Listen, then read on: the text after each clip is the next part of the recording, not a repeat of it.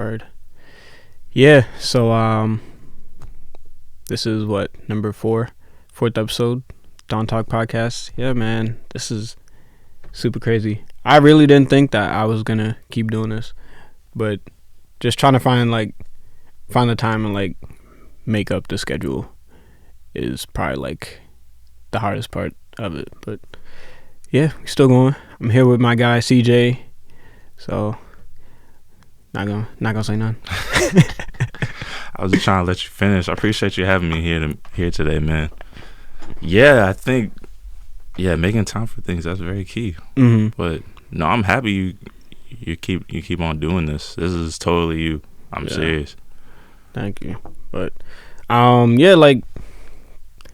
it's funny that you said making time is key. That one post that you put up was watch what you put your time into. It's yo. the first time I saw it, I was okay, that's real. And then I think it was a few days later, that video just popped in my head. I don't know why, but it popped in my head, and I went back and watched it, and I was the first time I just kind of listened to it, but at the same time, I heard what you were saying. So that was very good. I appreciate that. 'Cause you don't want to be out here putting your time into stuff that you don't need to be. Honestly, and I think a lot of people can relate to that, with different situations that they go through or just anything. First thing that comes to mind is at school, you're supposed to be focused on studying, but you're a guy, you start thinking about girls, or you're thinking about what your boys are doing Friday, Saturday night, and you get away from your goals. And I was watching something earlier today on Prince Donnell, and he's talking about how you would know if you're ready to date. And I thought that was interesting, because the topic was, how do you know if you're broke enough, if you're too broke to date? And he talked about whether you have credit, whether you have cash, or whether you have a skill that you can help, get income for yourself. And I think that's a good question, because if you don't have anything to bring to the table in a relationship, what are you doing? Right. If you don't have one of those three things.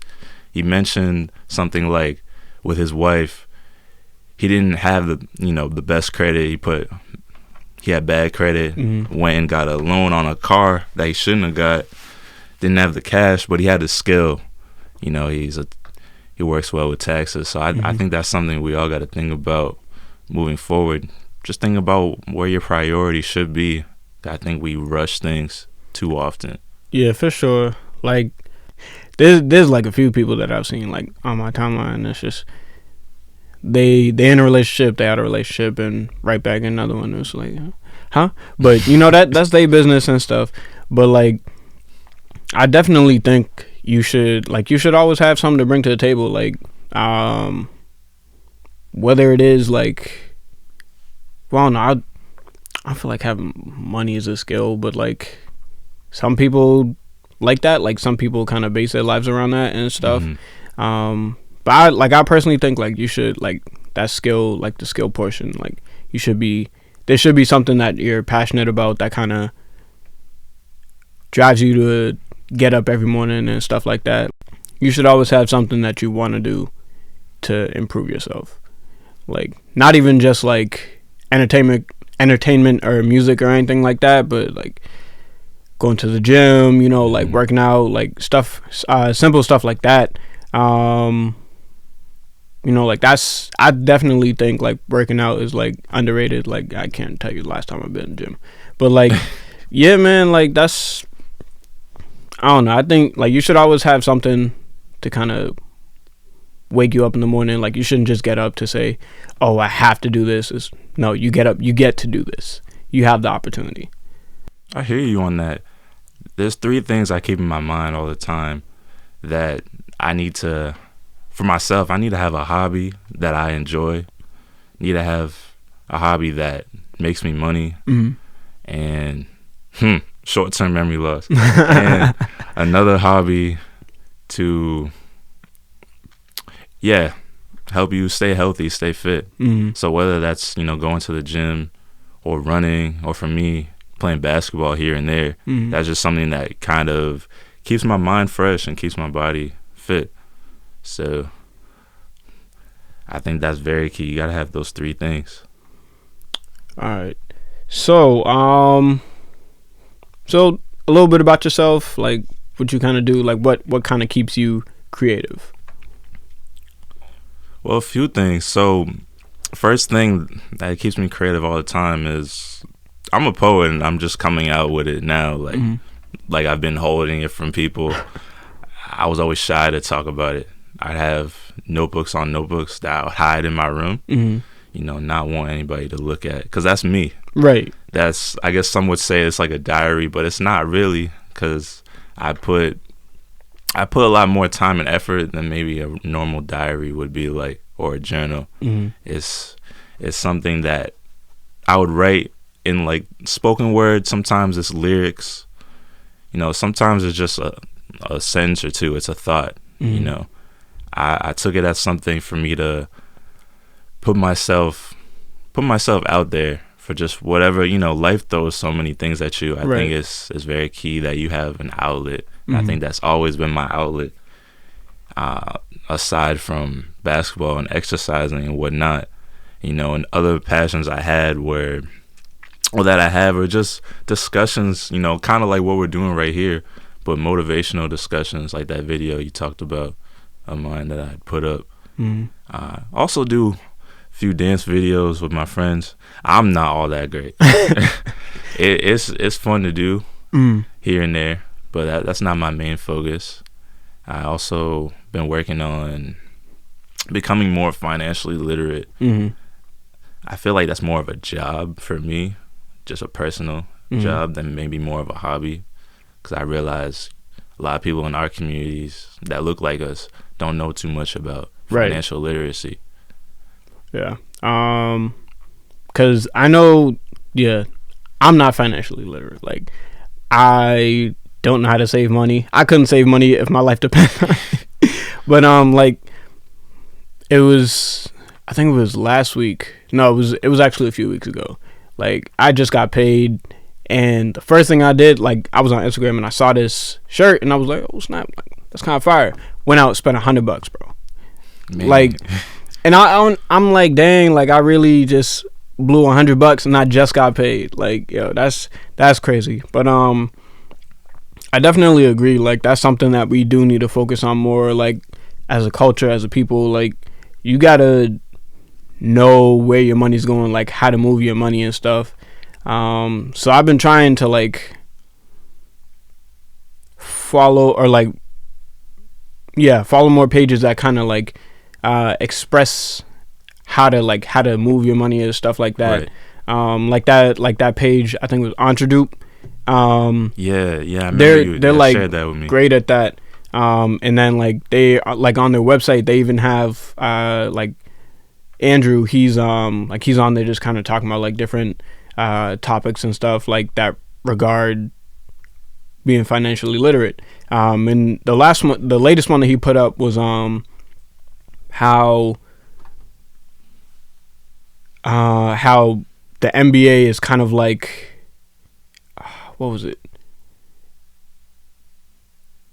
I think it wasn't markets. It was something. But he compared the NBA to like how money can be used. I'm so mad on spacing right now. It's getting me mad. But no worries, I do that at least 15 times a day. Man, it's so bad. I'm actually trying to find it. If it's like me, it's stress eating me, and I just start forgetting things. Yeah, bro. I gotta be super stressed out then, cause that like I'll be talking and like I'll have something in mind and then like I just forget it and I cannot remember it for the life of me, and then it just comes back at like some rant, like in the middle of the night I'll wake up and I'll be like, oh snap, like that's what it was. It'd be like midnight, like, oh, that's what I was supposed to do today. Oh man. Hold on. Okay, so shoot, I just had it. NBA versus the economy. So like how investing in the economy is similar to betting on an NBA team, which I think was really dope because like I love watching basketball, and that kind of gave me a like a better understanding of how money works. But yeah, like the main point is that they're there. Like that's an outlet for people. Like I recommend them. And then like just kind of doing your research, knowing how to go about stuff, like whether it's foreign exchange. Like I don't know if you've heard about them. They're kind of like bubbling up now. Like there's a lot of people that are getting into like forex trading and stuff. But yeah, like investing, like I definitely like want to understand that more and kind of learn where I should put my money to kind of build up, and not so that I'm not just like spending my money on stuff I don't need, because that's what we do a lot of too, like just buying stuff we don't really need all the time. And a lot of times it's temptation. Mm-hmm. I can speak for myself. Just the other day, Jamila, we're in Champs Sports, just looking at shoes. I see some Air Jordan 1s that I've been looking at for I don't know how many years. I'm like, you know what? I'm going to just buy this. She's like, what are you doing? You're not going to buy this. Yeah. And it's crazy because I think as friends, as family, as a community, right, you have to be on each other about your temptations, about how your spending is. Because not long ago, I was like, hey, I think you're buying a little too many shoes, my friend. Like, put some of that away. Yeah. Put it towards something else. And now it's just coming back, to me. And I appreciate stuff like that. I think temptation is definitely a big part of it. The little things add up. I like snacking at CVS sometimes, like stuff like that. That adds up over time. Sure. And then you could have like 500 in your account, right? And then half of that's gone. You're like, where did that go? Yeah. That happened to me once. I think it was last semester. It was my last semester, and I'm looking at my account. I was like, yo, I definitely had more money in my account. So I went to my roommate because he works at a bank, and I was like, bro, like, I think my bank is like holding out on my money or something like that.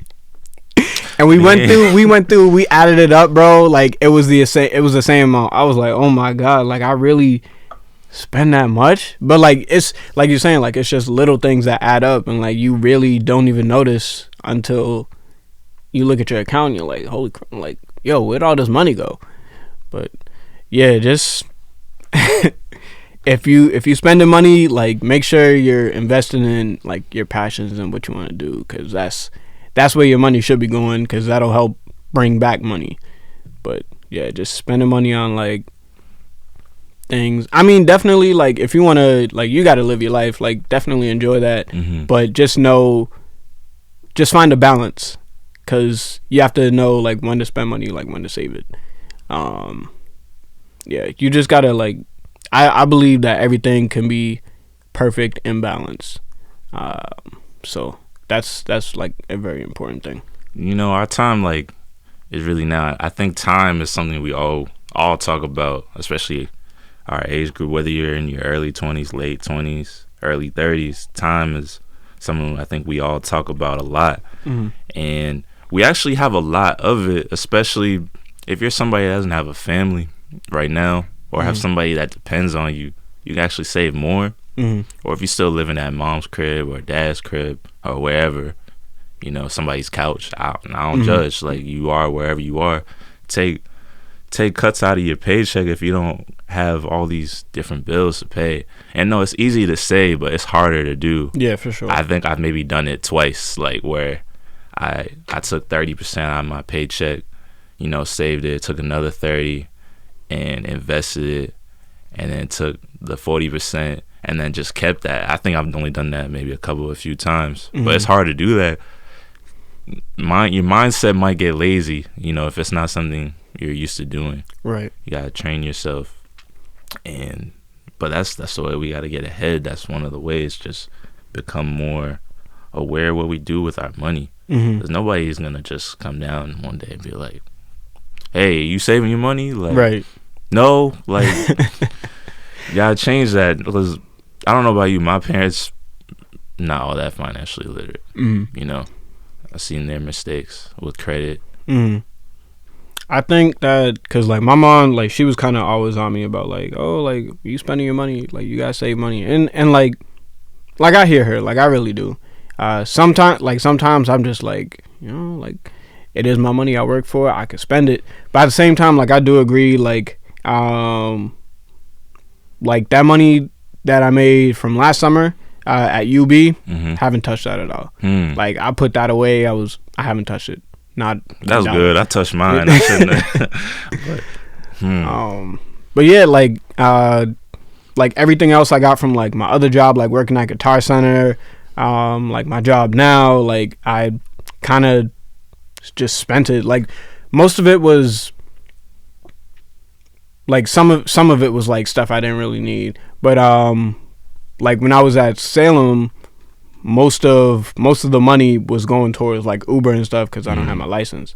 So it was kind of like there were days where like I would go in and I wouldn't sell well, so it would just like if it was dead or like if I just didn't care, then like pretty much the money that I spent on Uber would be the money that I just got paid from working that one shift. And that would probably, because I think I spent like $20 going to my job and then $20 on the way back. So that's already $40, and I was working like 4 days a week. So that's just money that's gone. You know what I mean? Math, like, man, you do it in a month. You almost going through $500. If you think about it, it's just coming from your check. So I was like, man, I don't know if I keep doing this, but like I don't know, like you really just gotta, and that's partially my fault because like I didn't get my license on time and stuff. Like I just didn't care. And then like at the time, like when I was in college, I was like, I don't have anywhere to go. Like I have a job on campus. Like I don't need a car, so I don't need my license. But now that like that was the younger me, like freshman, sophomore year. But like then it kind of like last year was the year I realized like, yeah, you gotta, like, you need that. You can't keep sitting up here just like spending money on Uber, like waiting on other people. Pretty much like you gotta do that for yourself, because I want to be able to drive myself. Like I don't want to have to rely on other people. Like I want to be like, okay, I want to go here when I want to go. Like I don't want to have to wait for other people. Running on other people's time is, I hate doing that. Oh no, I think you hit the nail on that. I think for a while I've been on my mom's time. My parents been divorced for what, maybe feel like almost 10 years now. But mom's always had the driver's seat. At any time I try to kind of go out on my own, she's like, no, I'll take care of it. So if you're in that environment all the time, you're gonna get comfortable, right? And then there's days where I'm like, no, I want to drive myself. Yeah, exactly. Per to say, like, do things on my own. And I think being in that environment was detrimental to some of my growth, and I'm trying to get myself going, right, where I'm just handling things on my own and saying no over and over. I think that's difficult if you're a parent like that wants to help their child do everything. I think there's drawbacks to any types of parenting. There's always a pro and a con. Yeah, for sure. And like with the parent who wants to do everything, like I think it's just them just saying like, they have to be the provider. Like that's your kid. Like you brought them into the world, so like you're gonna want to give them the world. Like you want to do what's best for them. Like you always want to help them out as much as you can, but at the same time, like sometimes like you could be doing too much, and that's stopping them, like you were saying, from growth, because they don't learn to do things on their own. Like they won't have to kind of fight for stuff if stuff is just always kind of given to them, and like they're always being bailed out or always being helped out. Like I definitely agree with that. Like that's how I kind of was. Like my mom's, like she definitely, like she was always helping me out. It wasn't really until I got to college, and then like when I bought my PS4, like I was like, yo, I did that. Like granted that hurt my bank account a little bit. I'm not gonna lie. Like right, yeah, I think it hurt everybody's bank account. Man, I bought it used too, but like I was still like, nah, man. My roommate's like. He was like, bro, why you look like that? I just look so sad, bro. Because, like, it hurt, but, like, I know I wanted it. Like, I don't really regret buying it, but at the same time, it's just like, dang. Like, that hurt.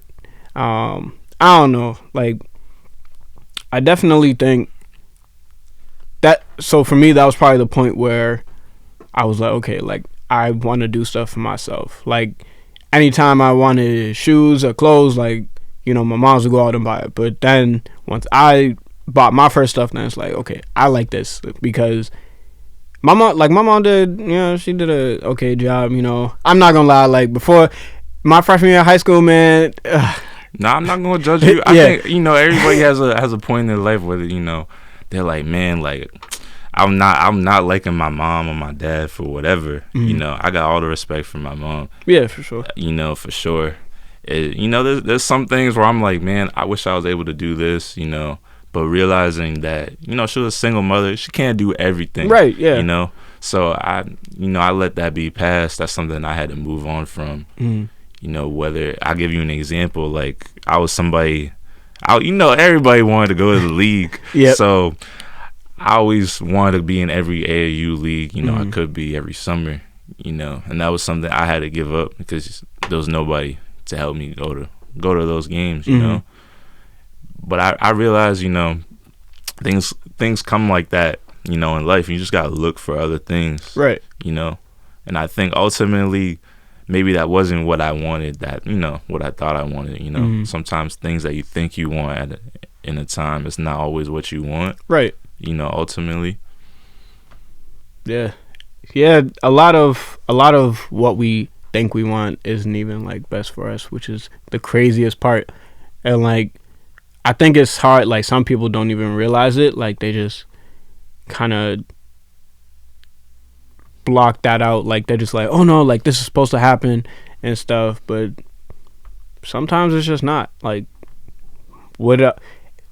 I don't know, man. Like you can't. Everything you want, it's not like it's never gonna go how you plan. So you could have a whole idea, in your head, but it's kind of unrealistic in some parts. Like sometimes it goes exactly how you plan, but there are times where like you could have a whole timeline, but it just things may get broken up. Like nothing is set in stone until it happens. So honestly, and I think we're fed different fairy tales, if you want to say, if you want to use that word, growing up. Like go through elementary school, middle school, high school, go to college, then come out with a job. There's no talk about the details in between that you got to do. There's no there's no real like detailed instruction manual if you think about it, and then we have all types of social media now that wasn't there, growing up. So now everybody's showcasing their lives and like, oh, look at me, I'm out here on the beach, look at me, I'm out here at the bar with my boys, and like, hey, I'm at college, we sipping Henny, like, what are you doing? Right. I'm DJing, what are you doing? I'm throwing money, but I think too many people are really hooked into that. Oh, I gotta look like I'm doing this. Exactly. I gotta look like I'm doing that. To be happy. I think you gotta really look deep and think about what it is you really want. And why you want it. That's questions you need to ask yourself. And are you trying to please somebody? I think for me, I think I definitely with school for a while. Before I switched majors, I used to be an engineering major. I thought I had wanted that, and I had stayed in it because I felt convinced. I think I had gotten convinced by my mom that I wanted to stay in it. So I stayed in it longer than I should have. And then I switched to information systems, and that's something that kind of would help me navigate from different jobs that deals with database stuff, and like would help me learn how to make websites and stuff like that. That's something I could use. So yeah, honestly, I forgot your major again, but it's information. It's information systems. I would forget it too if I wasn't majoring in it. I don't know. I definitely thought it was like something else. But nah. I definitely agree because I was in athletic training for 2 years, and then that's when I was just like, yo, like I can't do this, bro. Like this isn't for me. Like, me and this one dude who was in the same major was like, bro, this ain't it. And then we both moved to exercise science. Like, he likes exercise science more because, you know, he's very fitness based. I'm not. So I just got the degree in exercise science that I worked on for like 2.5 years, but like I was still there for 4 years.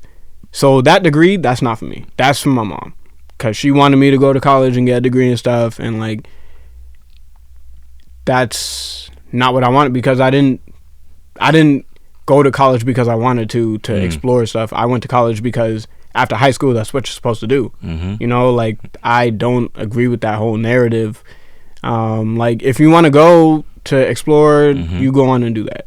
But like, you have to know for yourself, like, what's best for you. Like, if you really want to go, if you have something you're passionate about, or like interested in learning more about and stuff, then you should go. But if not, like, if you're just kind of going there and like you're just wasting time, I personally don't believe that you should be there, because I could have been at home making money for the past 4 years, not being $20,000 of debt, and then kind of found out like, oh, I like podcasting. Could have went to school for like something like either engineering or like something that, I don't know if communications works as well. You know, they got like different things, like whether it be audio engineering or I think communications falls under that too as well.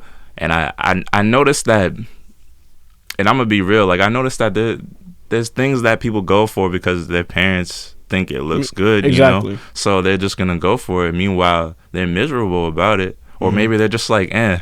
And I'll be real with you. You know, once I went to school, before I went to school, I wanted to do something music related. I knew that's what I wanted to do, like, but I didn't know how to be open about that. Right. Or I did, but I was too shy to be open about that. I didn't want to hear anything about that, like at home, any backlash. Yeah. Because I remember back in the day, it's a random memory. I was rapping somebody's lyrics, and my sister was like, "You don't want to grow up to be a rapper, right?" Yikes. I was just like, "What?" And my mom like, I didn't think about that, but what if I did? Like, right, yeah. You know, like, that damn. You know, that's, I don't know, that sticks with me even to this day. Sure. And I'm just like, wow, like, sometimes, you know, people closest to you can really make you feel like you're in a box, like you can only do certain things. You know, I think that's the challenge. Because with information systems, right, I care about it, but I don't. Like, if I'm being real about it, I've been in school for so long so that I feel like I have to finish. Right. But if I'm being honest, anybody with logic, right? If you realize you don't want to do something anymore, you should just stop. Right. You know?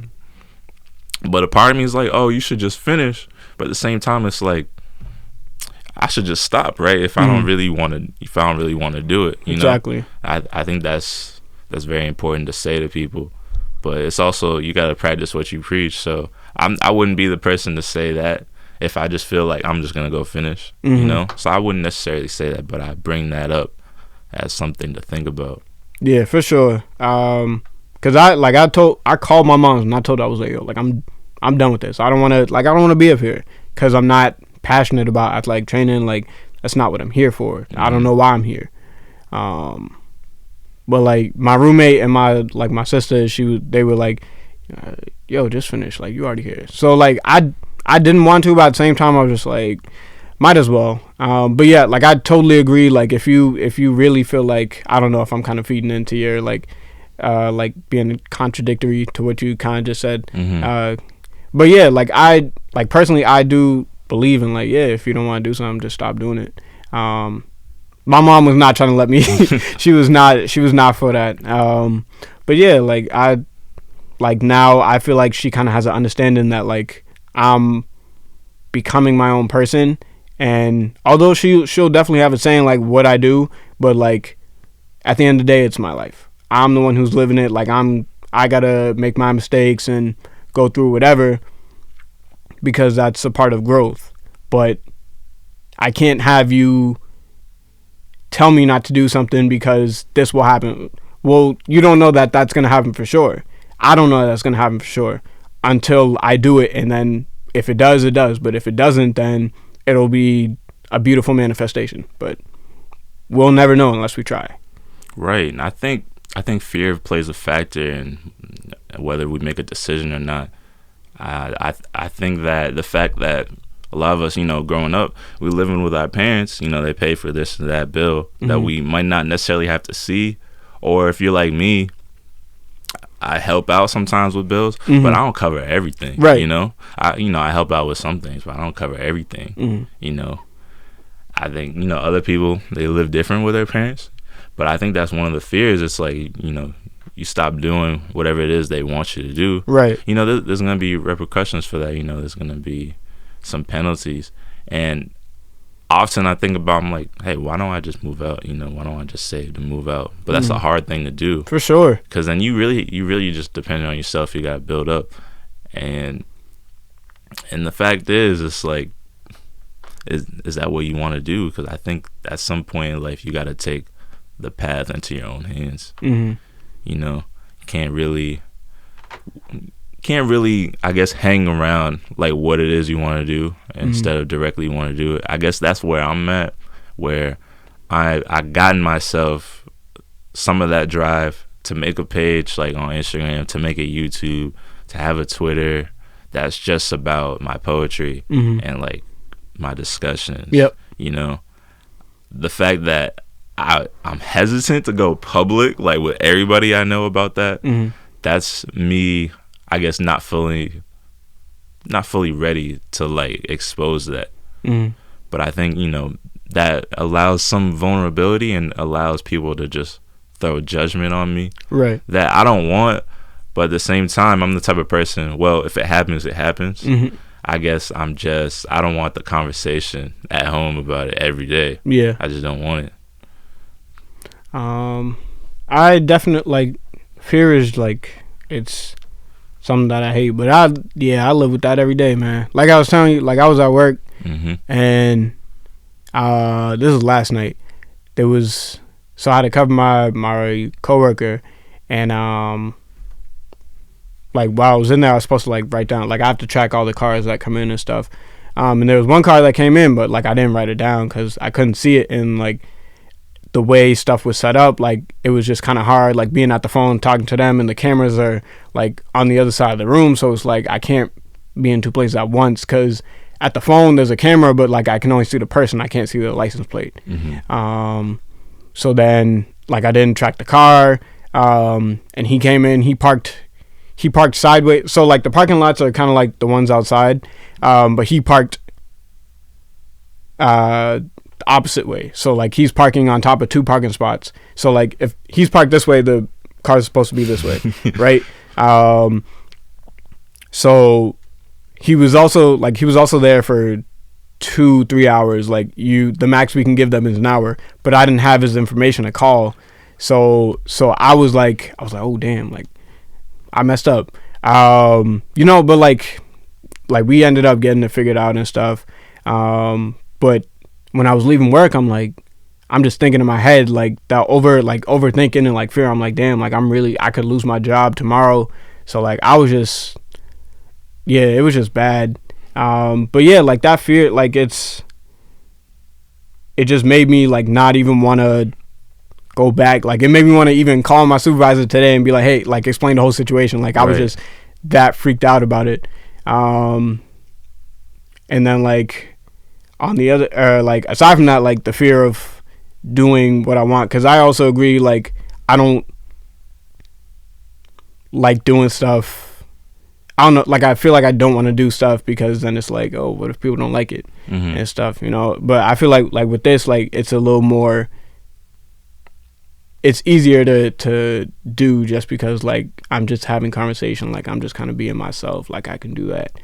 With the beats, it's a little harder because if I post them online and like people are, oh that's whack, like damn, like that'll destroy my confidence. But at the same time, like you just kind of have to be confident in yourself. Like I put them online for a reason, like I post them for a reason because I'm confident in myself.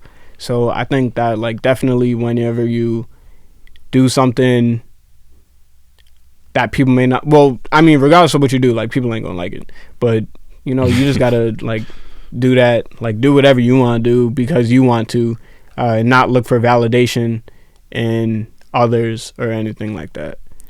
Yeah, and I think, speaking to that about those comments, I see a lot that it's like almost like we're looking for that positive comments, like, oh man, this is fire. Right. Like, hey man, this is really good. And I realized that's just kind of like what we might be looking for to comfort us, to be like, oh, it's not as bad as I thought. Right. Because I think a lot of the times, if you're like me or other people, you can be self-critical of yourself too much, and something that you could have done is really good, but you're like, oh no, you're just saying that. Right. But at the same time, you're like, oh, okay, maybe it's not that bad. And I think negativity is important because I think there's always going to be trolls. There's Twitter trolls, Instagram trolls, there's social media trolls everywhere. But I think good criticism is important, or negativity, or like somebody to say, I really don't like this, but at the same time, it could be coming from a place where it's like they're respectfully just saying they don't like it, and then that's where you might say, you ask why, maybe I think potentially with maybe like a good example is like maybe your resume is not good for a job you want to apply for. Don't just take no if they say no. Right. Like, ask them. I think that's tough to ask them. Yeah. I think in your mind, right, you might think, oh, all right, thank you for your time, like, but there's no follow up and be like, hey, what did I do wrong? Right. I think that's not something we do a lot. We just kind of take that L and keep moving. Yeah. And be like, oh, okay, like, we'll try something else. But if you keep getting the same result, like, you got to figure out how to, not get that result. So exactly. How are you going to know if you don't ask? You know what I mean? Because I think, like, I think a lot of it is, some people, and this is kind of a great way to look at it, but, like, some people just have the mindset of, like, oh, they said no, and no means next opportunity. You know what I mean? So, like, people just kind of like, all right, well, that didn't work out, so it's on to the next thing. But what Gary Vee, like, I don't know if you've seen the video, but yeah, like, he was talking with some guy, and the guy's like, I think there was like 4 of them. They all went for an interview, and the guy got the email saying that, oh, nobody got it and stuff, and then he went back and was like, yeah, yo, what'd I do wrong? He was like he told him or whatever, and then he ended up getting the job because he reached out and stuff. So that's definitely like something that like that stood out to me. But I think that like that's something that we should do more of, like, not just kind of taking no for an answer, or like getting that feedback, because some feedback, like most of the time, I feel like feedback is very important. Like people just kind of take it the wrong way just because they're stuck in their ways. They're like, oh no, this is good, like, and stuff, like, oh yeah, I like it, so I don't care what you are, like they're stuck in their own ways. But if people are giving you like criticism, like, don't take offense to it. That just shows you have an ego problem. Like, because I prefer when people are like, oh, you should do this with your beat, like, you should take this out or like switch this up. Because that's helping me become better. Like, you can't grow if like you don't learn. Like, if you're not trying to learn, like, you won't grow in any way. But I agree, and I think first thing that comes to mind, I always tell my friends, I might have told you at that some point, maybe I just forget what I tell people that I'm close to. I always tell, like, one of my good friends, Micah, right? He's up in Detroit now. He used to live over here. So he was making a beat. I was with him, and we were trying to start some track, but we were just trying to go off the top. And then he had brought up some old lyrics that he had, and I liked some of it, and then some of it I didn't like. I should have told him. I was like, he had one line. I'm not trying to make fun of him. He had one line where he started saying 1, 2, 3. I was like, I'm not feeling that, man. I'm like, I think you can come harder than that. Yeah. Like that, I was just being straight up with him. And I looked at him like straight in his face. I'm like, I'm not trying to come at you. I'm just saying, I think you could come better than that. I know you have better than that. Right. I think that that's something that, kind of like we were saying, like, needs to happen more often. Because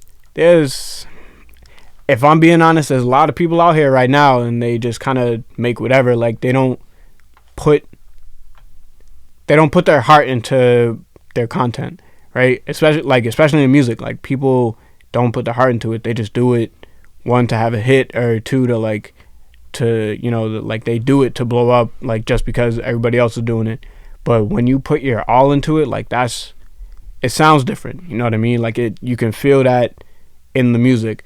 So I definitely think that we need more people, like especially like if you in the studio with your boys and they saying some weird stuff you don't like, you got to tell them, because by you not telling them, like they going out there and putting out that content, like I don't know, like it is. I understand, like you want to support your homies, but at the same time you gotta, like, supporting your homies, you gotta be real with them, like, and everything.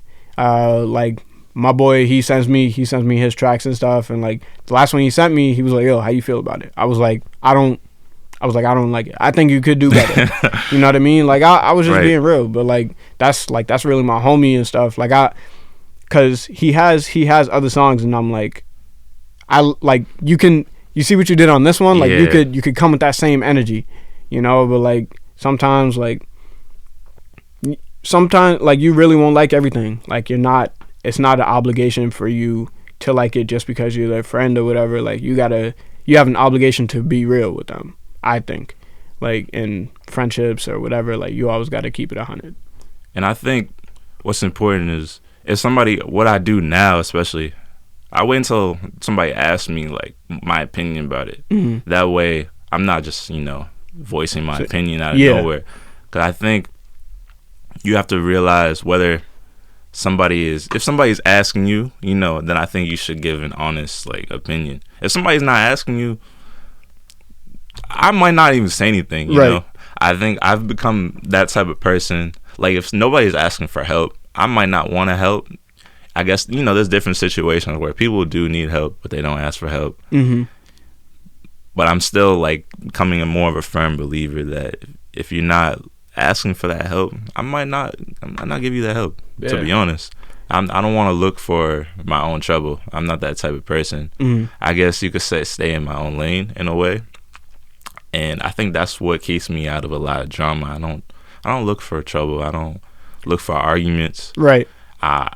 Frankly, because I don't have the energy for that these days. Mm-hmm. I really don't. Most of the time, I feel sluggish. I'm tired. Mm-hmm. Stressing about whatever it is I'm stressing about. Yeah. Whether it's school or the fact that I haven't started what I wanted to start yet, and how I can get there. Mm-hmm. And just or waking up in my mom's crib and she's yapping about something. I'm like, I really don't want to be here today. I'm just gonna leave and do what I gotta do. And just to go back to, doing the things you want to do. For me, I've realized that my Achilles heel will be if I'm thinking about my mom's opinion a lot. But I'm trying to get myself to realize that whatever I do, she'll just be on board with it. She'll probably critique it for who knows how long. But what I see with a lot of parents is, like, when you start off, they're always going to be like, oh, what are you doing? But when you show the end result, they're like on your team. Yeah. They're like, it's just like bandwagon fans almost. Mm-hmm. When you start off, nobody's paying attention to you. They're like, oh, you're whack. Mm-hmm. But then once you at the top, they're like, oh, like, this is cool. Like, yeah, man. okay. So what is it? So what's his name? Reason from TDE. On his album, like, there's one line: they don't fuck with you when they're cold, but they hate when you hot. Like, okay, you didn't, like, when I was doing this, like, when I first started, like, you wasn't rocking with it, and like now that I'm blowing up, either you don't, like, you still don't like it, or for whatever reason, or like you just rocking with it because it's blowing up. You know what I mean? And I definitely, like, don't agree with that. Like, I try to support people, like if I really like your content, like, I'll let you know, right? And I always, like, once I let you know that I rock with your content, like, I'm always gonna support it, like, whatever it is and stuff. But, like, if you do end up doing something that's, like, I don't really like, I'll let you know. because I feel like I'm becoming that person where I want people to be at their best, or like the best that they can be. So I'm gonna, I mean, I kind of like, it's a little bit of the opposite of what you were saying, like how you say you don't really like just tell people when they're doing bad or not doing bad, but like if something's not as good. But I think like I want to be the person like that kind of helps them see what they're doing wrong, because like I was saying, like with my boy, like, all right, you brought this energy on this song, and you only brought like you brought much less on this song, so I think you need to pump it up and bring this much energy, you know what I mean? Like it's just little things like that. But I definitely like think that we need to, like, I don't know, you gotta like a little bit of both in a way. Like, yeah, I know, like, kind of just be like, hey, can I offer some advice? Yeah, but I guess I'm assuming, like, if you're really close with somebody, you want to assume they're just gonna be like open to it, you right know? Yeah, but yeah, I mean, like, if it's someone like I don't even know, then like, yeah, I'm not gonna say because like I don't right. I don't know you, like, I'm not trying to waste no energy and stuff like that. But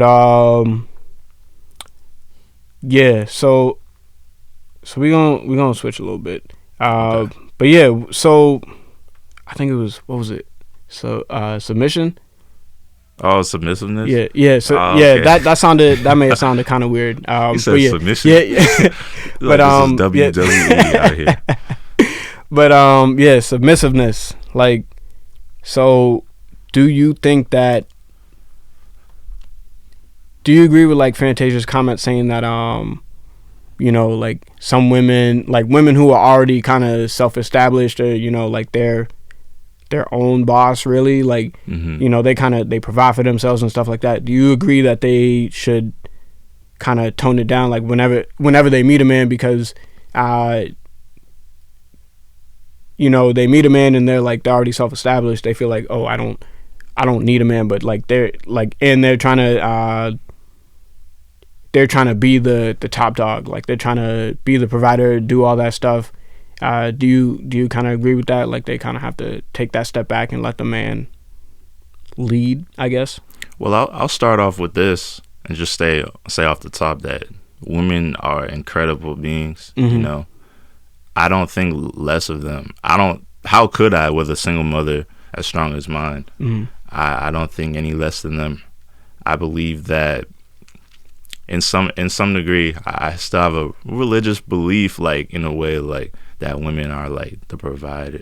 You know, like the nurturers, and like men are the providers. Right. You know, in some way. But in the time that we are in now, both can be either provider or nurturer, you know. It can be interchangeable. It just depends on the situation. For me personally, I do agree with Fantasia, what she was saying about men being the head, like, of the household. But, like, it doesn't mean the woman doesn't do anything. Right. She just follows him. It's like he can't do anything without her because she's like the neck. You know what I mean? Another thing that comes to mind is like what God brought Eve, you know, for Adam, you know, to help Adam, because Adam can't do it himself. Right. You know, I think what happens is, you know, there's a lot of independent women out here, a lot. And some are actually making more moves than the men are making. Right. So their argument is, why should I stop how I'm moving for him? Why shouldn't I be the boss and he can be like my neck per se, you know, or less than that, because he's not really putting too much to the table. Yeah. That can go back to what we were talking about earlier, how I mentioned that if you don't have one of those three things, you know, some type of credit, some type of cash, or an investment that you can bring to the table in a relationship, right? It's like, why should you be looking for a relationship? And there's definitely a lot that people want. I think people genuinely want power to some degree, depending on the type of person you are. And I think that's tough to give up if you've had that for so long, if you're an independent person. Right. So, but my personal belief is that if you're a religious type of person and you believe in that, like, man should be like this, woman should be like that. If you're into that gender role thing, I definitely agree with that. I don't think there's anything wrong with it if you decide, I'm gonna support my man, but I'm still gonna be my own woman, and make sure that you guys are on the same page and that he knows that you guys move as one. Right. You really both are the head of household. It's just almost like a president. They can't control everything. They're just the face. So really, your man's just like the face of the household. Yeah. You can really be, which in a lot of cases, the woman is like doing other stuff, doing a lot of other stuff behind the scenes. But she's not getting all the credit for it sometimes. Yeah. I can see that as being a problem. So submissiveness, really, we could go on Google and really define it. I'm not gonna do all of that. You could do that, but it's really how I define it. Two people like surrendering themselves to each other. Doing something one for the other. I don't think it just falls on one person. There's definitely roles to play. Like if you're talking about sexually, like I guess different people have different relationships. In that, I'm definitely not gonna want to be the one who's submissive, like in a sexual relationship with another woman. I would probably want to be the more dominant person. That's just things to think about with submissiveness. I think that's a word when you throw it out there. Some women get upset, like, oh, what do you mean? Like, you want us to just lay down and do whatever you say? I don't think it's a 24/7 thing, Yeah, I don't think that, because I know, like, I do know, like, a few women, shout out to them, because they're out here, they making their moves and stuff. Like, they're pretty successful and stuff. Like, I definitely, like, see them, like, holding it down for themselves. Like, they're providing for themselves. And I don't think that, like, they should have to settle, because, like, why?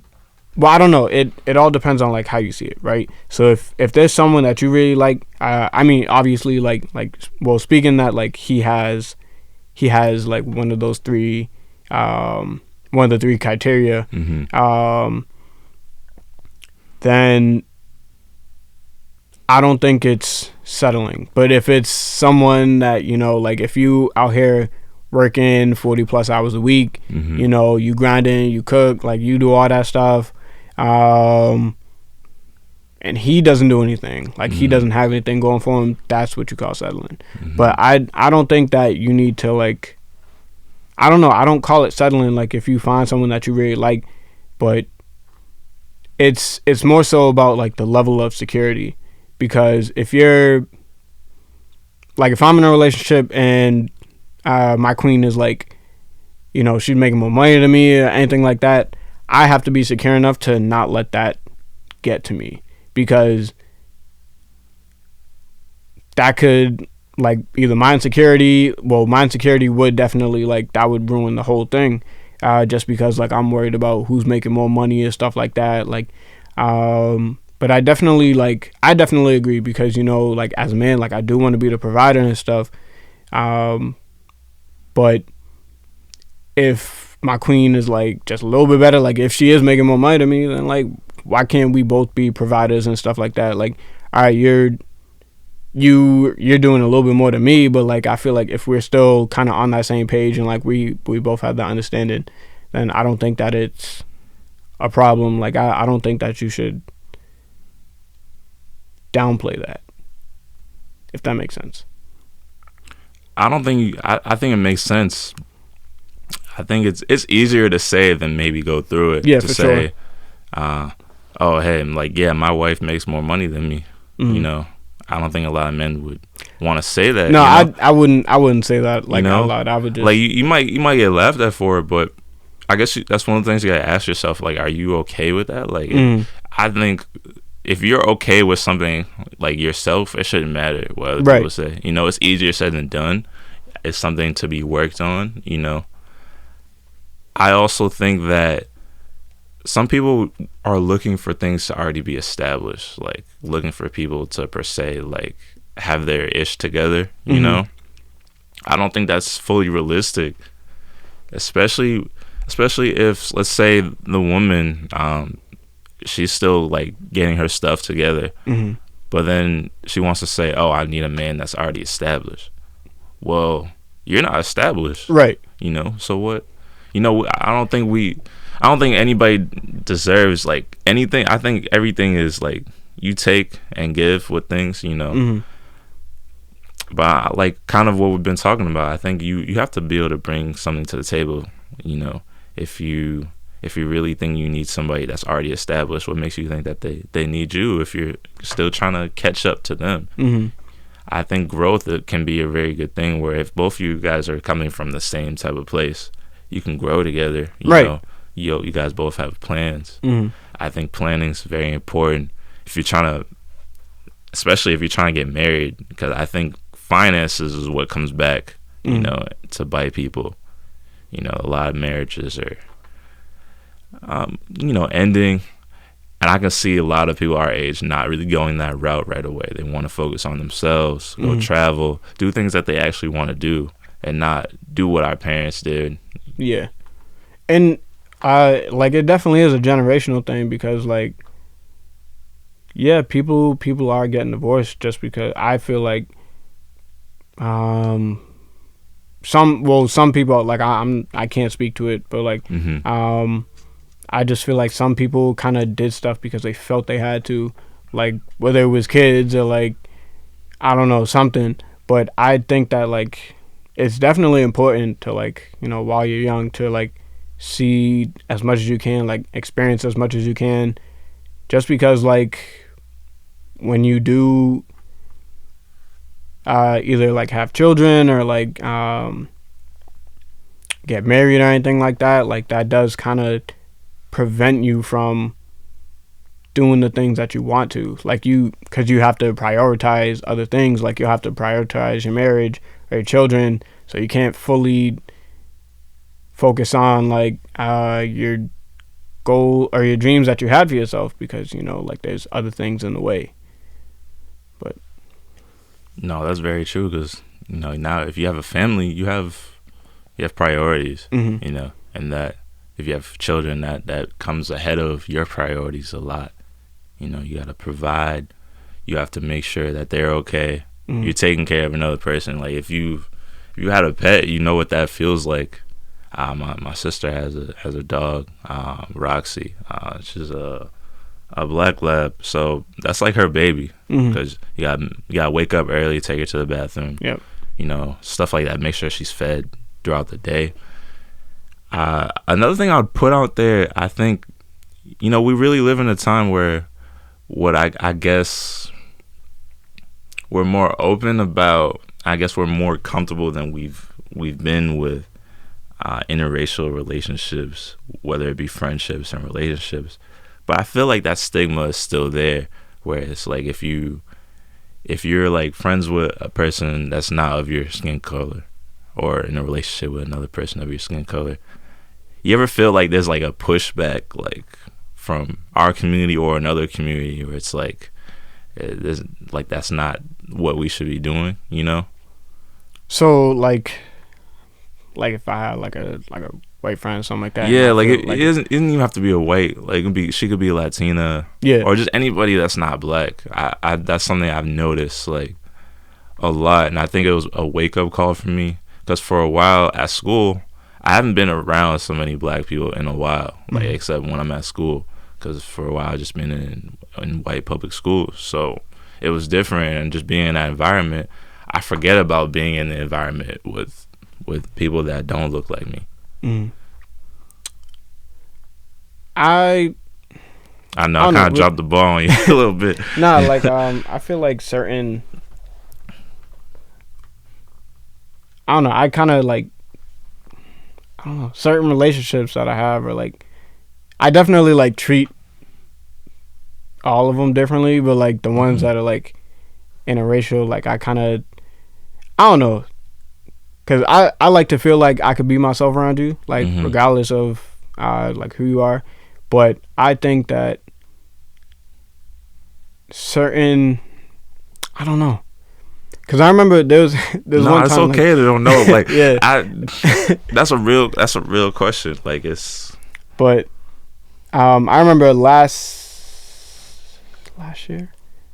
I don't know. It was a while ago, but I was with my friend, and we went to go see like one of his friends and stuff, and like we walked in there, and it was just all white people. Mm-hmm. I just I didn't know how to react because I was like I've been going to school with like growing up, like high school and like college, like it was always like white people and stuff, but like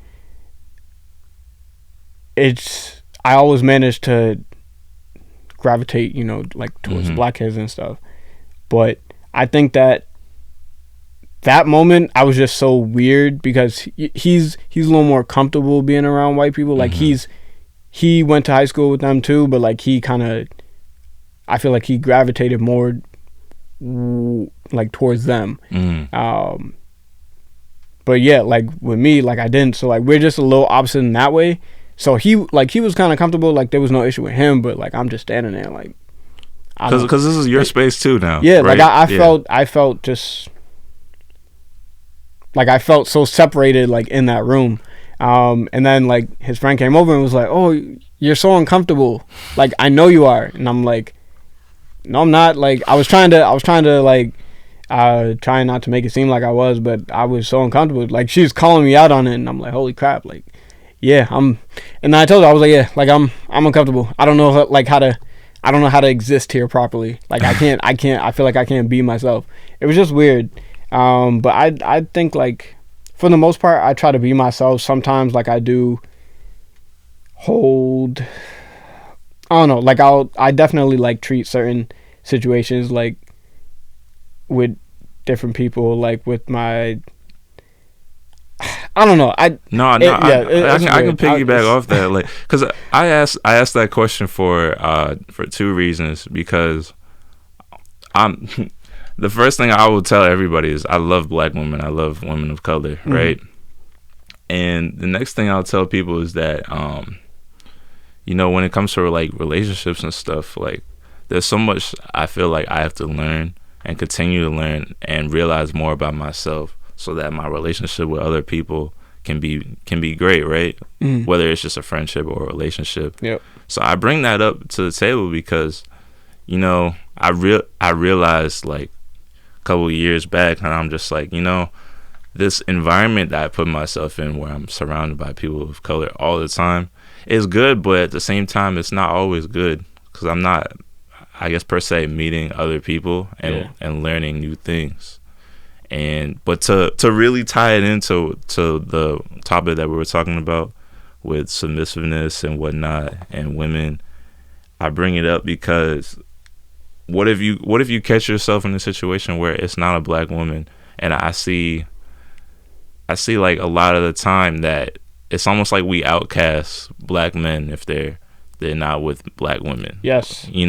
We really outcast them, like, oh, you're Uncle Tom now. Like, you with a white woman, or you with a Latina woman, or whatever. Right. I see that a lot, and things could be perfectly fine. They're like, they love each other or whatever, but it's like we kind of outcast them. Yeah. Because I definitely did that. Like my boy, like, I mean, I make jokes with him, but like at the same time, like I did kind of feel that, like, oh, you're not with a black girl. But he told me, he's like, yo, like I just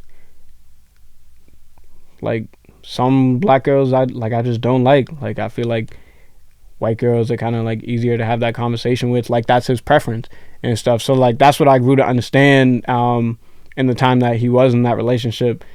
Just because like, yeah, like everybody has a preference. Like you can't be mad at that because just because they don't share the same, not beliefs, but like if they, yeah, you pretty much, like, you can't force your beliefs on somebody else. Like, all right, if I like fried chicken and someone's like, oh, like you shouldn't eat fried chicken because it's bad for you and stuff, and I'm like, all right, well, mind your business, because it's my preference. Like I'm the one who's eating it. Like it is my body and stuff. Like don't try to force your opinions on me. Like that's not a way you should kind of live. Like, you can have your opinions, like, for sure, but like, don't try to change someone else's thinking to kind of make them understand and be like you. So I think it really ties into like a fear of like pursuing what you want. I'm not advocating or against, interracial relationships. I think people should do what they want to do to be happy, ultimately. So the argument, I think that, no, I know that is to the table. I've been in a House of Deliberations club at school, UMass Dartmouth, right? So to briefly talk about it, we talk about controversial topics, whether it be about like one of the topics they had was like, do blue lives matter, right? Or do what does it mean to talk black or talk white, right? Or just like topics. Or I think one of the topics that goes with this was, is it okay to not date white people? Or is it okay to date them, right? Yeah. So I guess you can kind of get the gist of like right. how, what goes into those topics. So they're very controversial, and like you don't know how it's going to go. So I bring that up to say that one of the arguments that was brought up was that if you're a man of color, it's like you hate yourself if you're not with a woman that looks like you. And I bring that up to say that I think at times think about how you act with your family, right? If like, say your mom or a cousin or something, right? Say you run a business, let's say you cut hair, right? But that's your brother, right? So it's like, oh, I can just do that whenever. So you kind of push it off, right? Right. You don't treat it like professionally. You don't be like, all right, I can get you at 2 o'clock today, right? It's like, oh, I can get another client. I can just do his hair like, whenever. Yeah. I'm just be like, hey, I can't do it, but I can do it after like 8 when I close. Like, I think, and I bring that up to say that sometimes we get really comfortable with women of color or men of color, right? And we might not always treat them how they feel like they should be treated consistently. We treat them like how black family treats them, not always living up to the bargain how we should, doing the things that we said we would with vows or being as a husband or a wife. So I think that's where the issue comes in sometimes, where I realized with some black men, what they were looking for was some of the black women that they've met, they weren't getting, and that some of that was maybe not the submissiveness they were looking for. Like, oh, I wanted you to just be like feminine with me, like how you would want me, how a woman would want you to be masculine with her, or I wanted some submissiveness, whether it just be like in the bedroom or like, I kind of feel like I'm head of the household, like I'm doing something, and not have you, just want to take over all the time. I want to work with you, That's some of the things that I've seen and talked about, with other people. I think, so kind of like trailing a little back to what you said about like the being a black male and hating yourself. I don't think that it's, we got like 3 minutes. Okay. But so I think that it's not really like hating. So I would say that it's only hating yourself if you bash black women, right? So if you are a man of color and you're with a person not of color, and you're bashing your own people, that's self-hate, like, for sure. But I think like if you have your own reasoning, like that's not what if they're not who you're attracted to, then that's not really self-hate. Like, it's kind of a preference.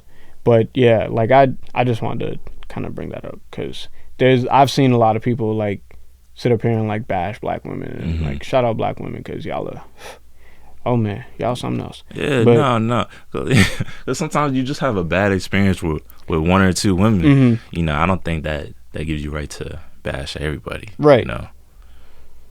But I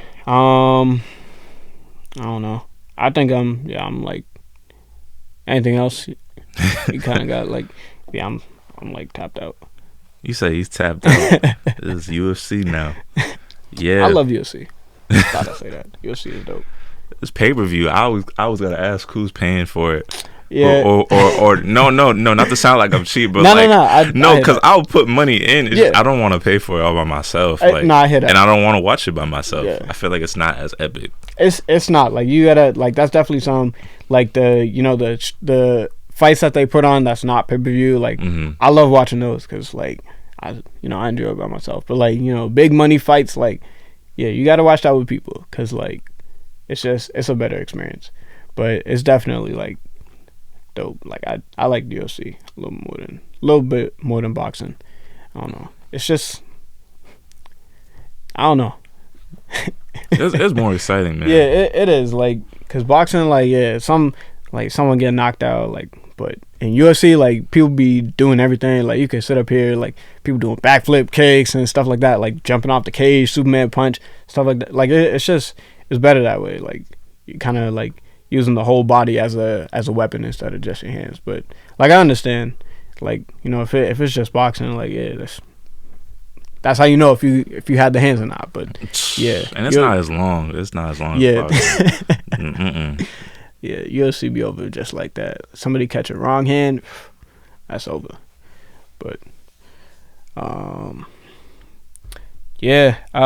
So where can the people find you? Your poetry page or your personal page, anything like that? If you feel comfortable. No, I'm comfortable. They can find me on Instagram at Calvin VS CJ. Calvin with a C, not a K. I don't know who spells their name with a K, but I guess there's some people that I met that spell with a K. But yeah, Calvin VS CJ. Mm-hmm. On Instagram. I got a website I'm putting up soon. Word. With all my work and some more videos coming soon this week. Some dance videos? I don't know. You're gonna have to see. Alright. Yeah, man, excited to tune in. But thank you for being here. Thank you for making the time. Yeah, I kinda messed everything up. I was like scheduling was just like it threw me off a little bit, but yeah, again, thank you for being here. Like this dope. I liked our conversation. It was good dialogue. Whoa, I said dialect. No, I understood what you were saying. Yeah. No, it's good to be here, man. I appreciate you having me here. Word. All right, let me go get this.